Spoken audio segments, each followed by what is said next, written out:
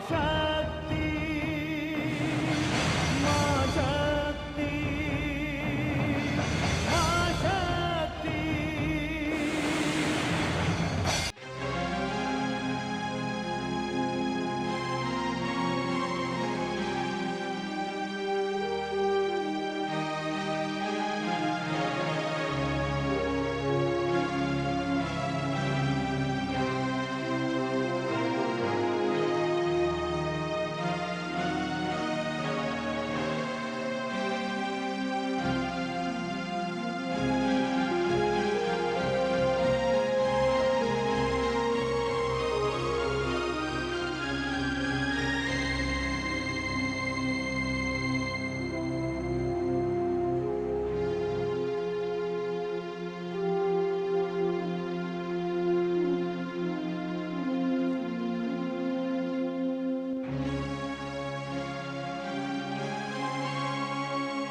गौरी, माँ, अब क्या होगा माँ? पता नहीं पुत्री, नियति हमसे क्या चाहती है। नारायण नारायण।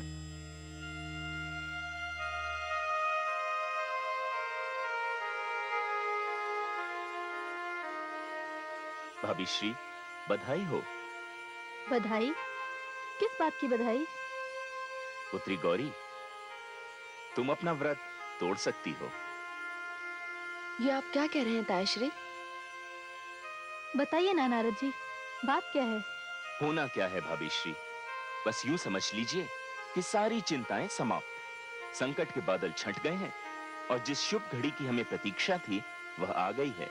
मैं समझी नहीं देवर्षि, बात क्या है?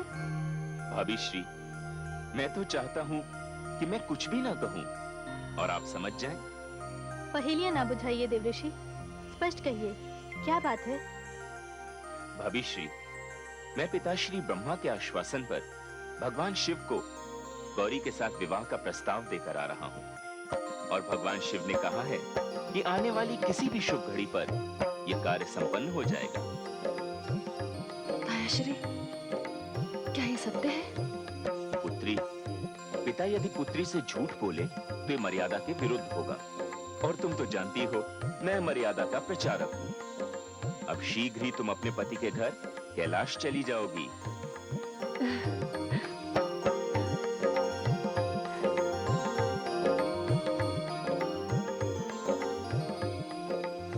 भाभी श्री, अब मुझे भी आज्ञा दीजिए, मैं भी चलता हूँ।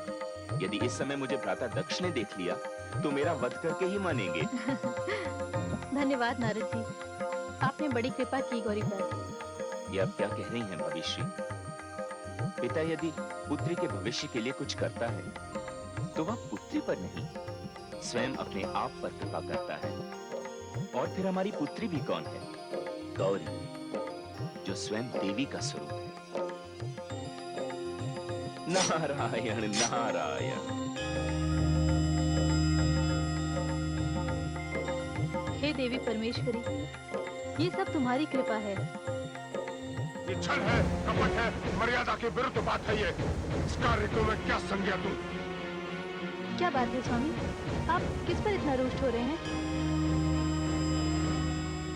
किसी पर नहीं पुत्रवधू, ये अपने आप पर रुष्ट हो रहा है। प्रणाम पिताश्री। सौभाग्यवती भव। प्रणाम करता हूं, किंतु समझ में नहीं आ रहा आपको किस नाम से संबोधित करूं। सत्य कह रहा है तू, संबंधों की मर्यादा भूल गया है तू। अपनी प्रिय पुत्री पर जो व्यक्ति अन्याय कर सकता है उसे तो अपने पिता को पिता कहने में लज्जा आएगी ही। समझ में नहीं आता कि मैं तुझे क्या कहूं। और आपने जो किया है उसे मैं क्या कहूं? उसे तू क्या कहेगा? तू तो अपनी पुत्री का जीवन नष्ट करने चला था, उसे जीते जी मारने चला था। दक्ष, तू एक अस्वस्थ और रोगी परंपरा का आरंभ करने चला था और यदि तू अपने कार्य में सफल हो जाता तो इसके पश्चात संसार की हर पुत्री अपने दुर्भाग्य पर रोती रह जाती। तू अनर्थ करने जा रहा था, वो तो भला हो नारद का जिसने मुझे समय पर सूचित कर दिया, और आज एक बड़ा अनर्थ टल गया। अच्छा, तो ये सारी करतूत उस नारद की। वो हृदयहीन क्या समझेगा कि मैं एक पिता हूँ और अपनी पुत्री के लिए क्या कर रहा हूँ और क्यों कर रहा हूँ। उसे हृदयहीन मत कहो। जब मैंने उसे जन्म दिया था तो उसे हृदय नहीं दिया था, और जिसे मैंने हृदय दिया वो हृदयहीन ही रहा। तू भावनाहीन है। तुझे जन्म देना ही मेरी भूल थी, किंतु आज मैंने अपनी भूल का सुधार किया है। क्या सुधार किया है आपने? आपने अपनी पौत्री गौरी को एक दरिद्र के घर पहुंचाने का सारा प्रबंध कर दिया है। आपने देवताओं, यक्षों और गंधर्वों के समक्ष मुझको अपमानित किया है। मैं ब्रह्मापुत्र दक्ष, श्रेष्ठ प्रजापति। अरे श्रेष्ठ प्रजापति, तू ब्रह्मापुत्र के रट लगाए बैठा है। तू ब्रह्मापुत्र है, ब्रह्मा नहीं है। तो सुन, मैं वंश की श्रेष्ठता से अधिक व्यक्ति की श्रेष्ठता को महत्व देता हूं। क्या समझता है तू शिव को? वो भगवान है, त्रिलोकी नाथ है, सारे देवी देवता उनके समक्ष नतमस्तक हैं। तू क्या है और तेरा अस्तित्व क्या है? तूने उनका अपमान करके मुझे लज्जित किया है। ये मत भूलना, यदि मैं तुझे जन्म दे सकता हूं तो तेरा अस्तित्व मिटा भी सकता हूं। पिताश्री, चुप रह। यदि पिता के प्रति अभी भी थोड़ा सा सम्मान शेष है तेरे मन में, तो जैसा मैं कहता हूं वैसा ही तू कर। जानता है, मुझे अस्तित्व प्रदान करने के पश्चात जब आदि शक्ति ने मुझे कोई अस्त्र शस्त्र नहीं दिया था, तब उन्होंने कहा था कि मैं पिता हूं और सारी सृष्टि मेरी संतान है, और कोई भी पिता किसी भी परिस्थिति में अपनी संतान का वध नहीं करता। किंतु आज ये बात मैं सौगंध पूर्वक कह सकता हूं, यदि मेरे हाथ में शस्त्र होता तो मैं तेरा वध करने से नहीं चूकता। त्राहिमाम पिताश्री, आप जैसा कहेंगे, जो कहेंगे वही होगा। बोल दक्ष, मैं जो कहूंगा उसे तू स्वीकार करेगा? स्वीकार करूंगा। ठीक है, तो सर्वप्रथम कह कि मैं शिव को जामाता स्वीकार करता हूं।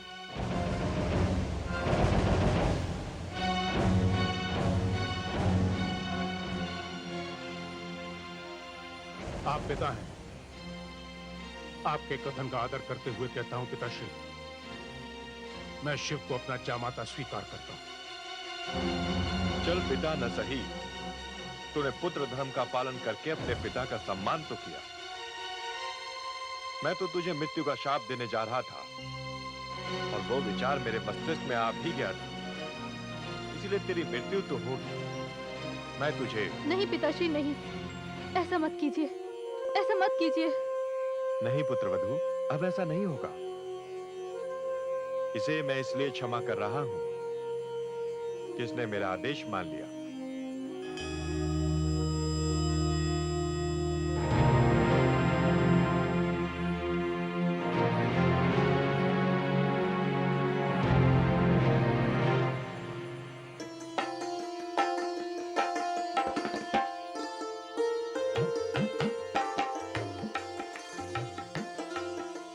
ये सब क्या है माँ?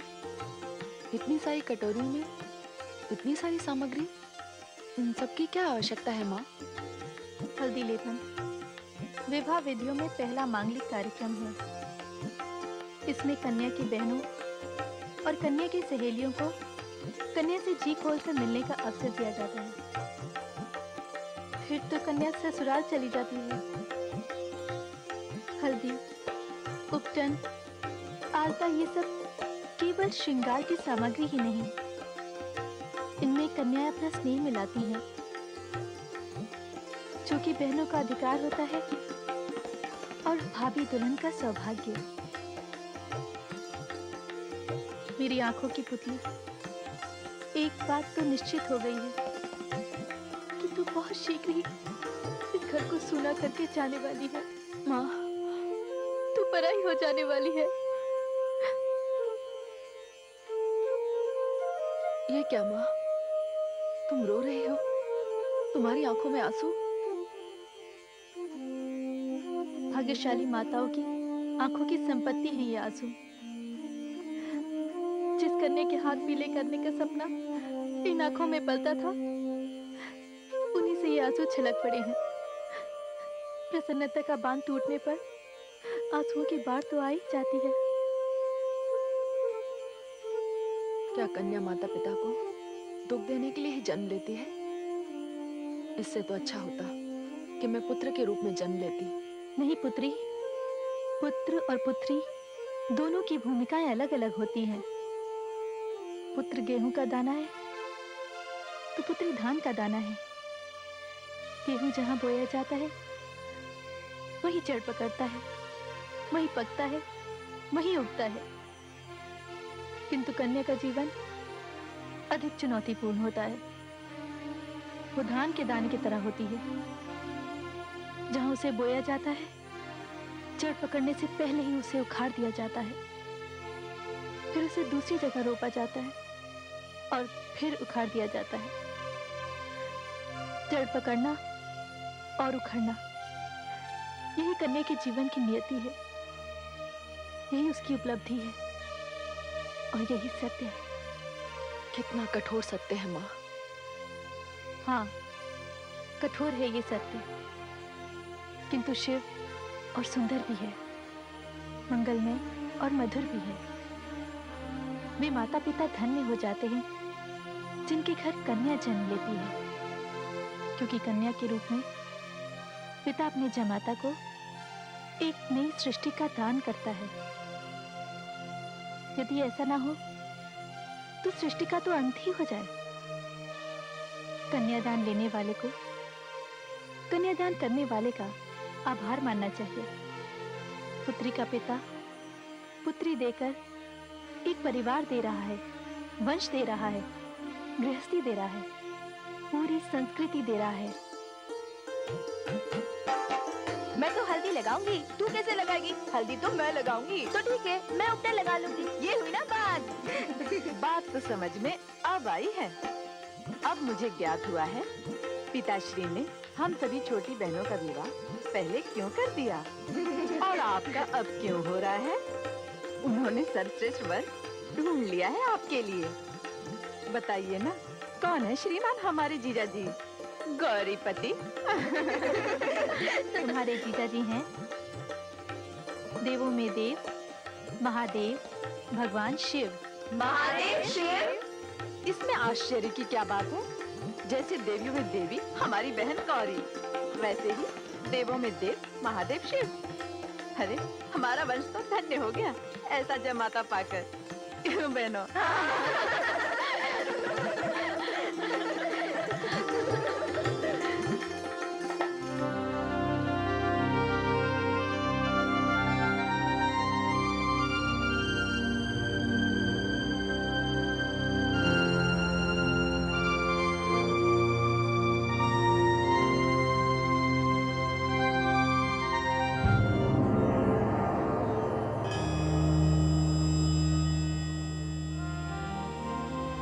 प्रणाम हे जगदीश्वर विष्णु।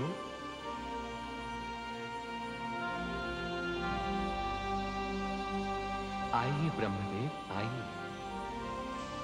आज सवेरे सवेरे आपका पदार्पण कितने आनंद का विषय है। बहुत ही आनंददायक समाचार लाया हूं अंतर्यामी। हे सर्वज्ञ, हे त्रिकालदर्शी, आपको यह मंगल समाचार देते हुए मुझे अपार हर्ष हो रहा है कि मेरी पौत्री दक्ष पुत्री गौरी का विवाह संस्कार कैलाशवासी भगवान शिव के साथ संपन्न होने जा रहा है। उक्त अवसर के लिए मैं आपको आमंत्रित करने आया हूं भगवान। धन्यवाद ब्रह्मा जी, धन्यवाद। आपके मुख से ये समाचार सुनकर मैं आनंद मग्न हूं।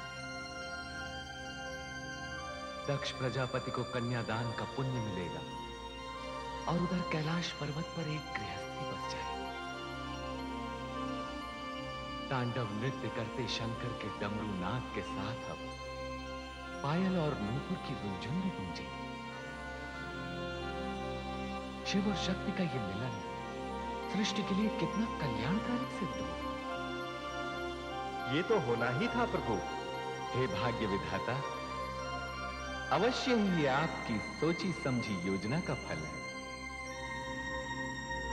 वैरागी शिव के अनुरागी उत्सव में हम अवश्य सम्मिलित हों। धन्यवाद। आपकी स्वीकृति पाकर मैं आभारी हूं भगवान। वो कितना पावन क्षण होगा जब दक्ष के द्वार आपकी चरण धूलि से पवित्र होंगे, जब वर वधु आपका आशीर्वाद पाकर आनंद विभोर उठेंगे। अच्छा तो अब मैं आज्ञा लूं? अभी मुझे देवों, यक्षों, गंधर्वों, किन्नरों, आपका आमंत्रण तो हमने स्वीकार कर लिया। यह भी निश्चित है कि हम दक्ष के द्वार तक पहुंचेंगे, किंतु ये किंतु क्या है मायापति? किंतु यदि हम भगवान शिव के बाराती बनकर आते हैं, ये तो स्वागत करने की जगह स्वागत स्वीकार करेंगे। हे आनंददाता, हे संसार के पालनहार, आपकी माया अपरंपार है।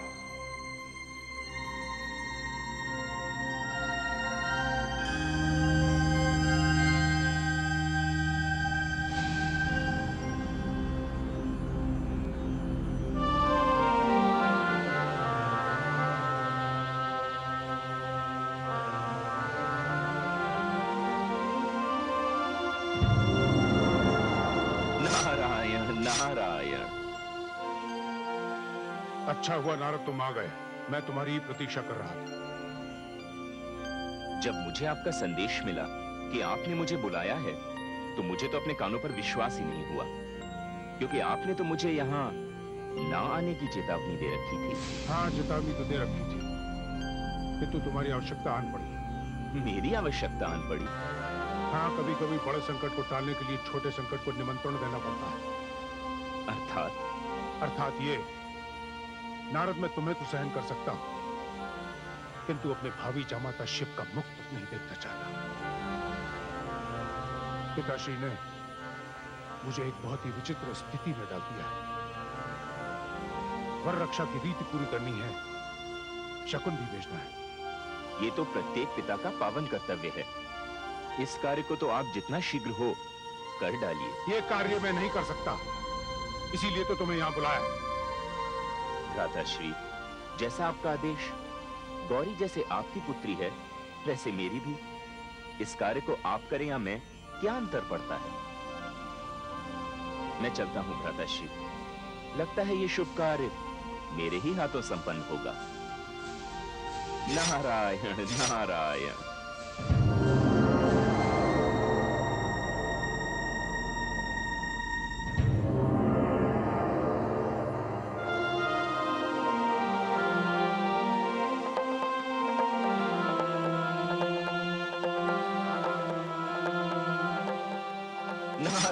नारायण नारायण नारायण नारायण। कैलाशपति महादेव को मेरा प्रणाम। आइए आइए मुनिवर, कहिए कैसे कष्ट किया?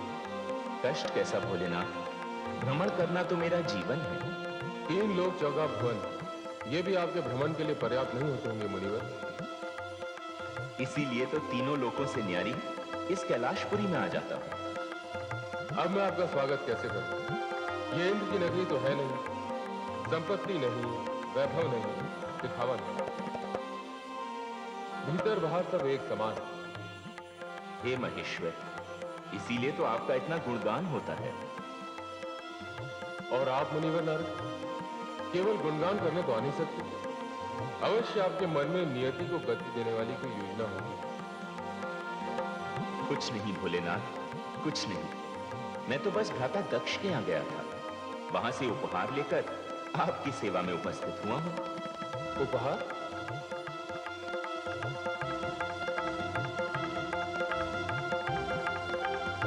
ये सब किस लिए? क्यों मुनिवर? ऐसा है भगवान कि इस परंपरा के निर्वाह के बाद दूल्हा वचनबद्ध हो जाता है कि वह अमुक कन्या से ही विवाह करेगा। आप वचनबद्ध करने की बात कर रहे हैं? आप तो जानते हैं मुनिवर, मैं और गौरी हृदयबद्ध हैं। क्या इतना पर्याप्त नहीं? पर्याप्त है भोलेनाथ, किंतु ये तो रीति का निर्वाह मात्र है। कन्या पक्ष से वर पक्ष के लिए एक साधारण सा उपहार। इन आभूषणों और स्वर्ण मुद्राओं की चमक आंखों को चकाचौंध कर रही है। ये चमक अंधा कर देने वाली चमक। कृपया इसे मेरे सामने से हटाइए।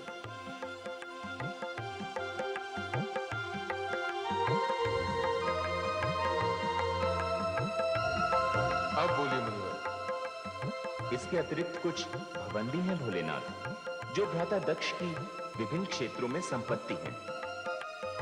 इसका अर्थ तो ये हुआ कि खुले आकाश के नीचे रहने वाले शिव को अब ससुराल की कृपा से रात की आवाज मिलेगी। मुझे राजभवन में घेर कर बंदी बनाने की योजना है। ये आप क्या कह रहे हैं भोलेनाथ? ऐसा कुछ भी नहीं है। ये वस्त्र, ये आभूषण, ये भवन, ये तो कन्या के भविष्य के लिए एक असहाय पिता की चिंता मात्र है। आप दुल्हे को विवाह के लिए वचनबद्ध करने नहीं, दुल्हे को मोल लेने के लिए आए। मुझे सब कुछ नहीं चाहिए, ऐसी परंपरा तो होनी भी नहीं चाहिए। दुल्हे के लिए दुल्हन से बढ़कर कोई उपहार नहीं होता। अन्य उपहार दुल्हन की महत्ता को कम कर देते हैं। कन्या पिता के जीवन का वो अनमोल धन होती है जिसे देकर वो वर परिवार पर उपकार करता है। अच्छा प्रभु, ये स्वर्ण मुद्राएं रहने देते हैं, किंतु आभूषण तो ग्रहण कर लीजिए। इन आभूषणों को ग्रहण करके मैं अपने पौरुष को कलंकित नहीं करना चाहता। पुरुष का सर्वश्रेष्ठ आभूषण तो उसका पौरुष होता है। ये आभूषण जो आप लाए हैं वो तो शरीर के बोझ हैं। भीतर के शून्य को बाहरी बोझ से ढकने के लिए मुझे इनमें से कुछ नहीं चाहिए। और ये रेशमी वस्त्र, इनका क्या करें भोलेनाथ? बागंबरधारी को सुंदर वस्त्रों से क्या लेना देना? आप धन्य हैं भोलेनाथ।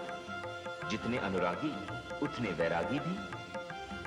हाँ देवर्षि, ये उपहार तो प्रजापति दक्ष के राजमहल की देन है। क्या एक राजा की ही कन्या है? क्या किसी धनीन को अपनी पुत्री के हाथ पीले करने का अधिकार नहीं? यदि कोई धनीन अपनी पुत्री को उपहार देना भी चाहे तो वो क्या करेगा? उसे इतना धन कमाने के लिए चोरी करनी पड़ेगी, पाप करना पड़ेगा, अपराध करना पड़ेगा। क्या किसी कन्या का पिता होना ऐसा दंडनीय अपराध है? देवर्षि, विवाह तो दो हृदयों का, दो आत्माओं का पावन बंधन होता है, मधुर मिलन होता है। इसमें धन के प्रदर्शन को कोई स्थान नहीं। महादेव, ये कहकर आपने संसार को एक उचित मार्ग दिखाया है।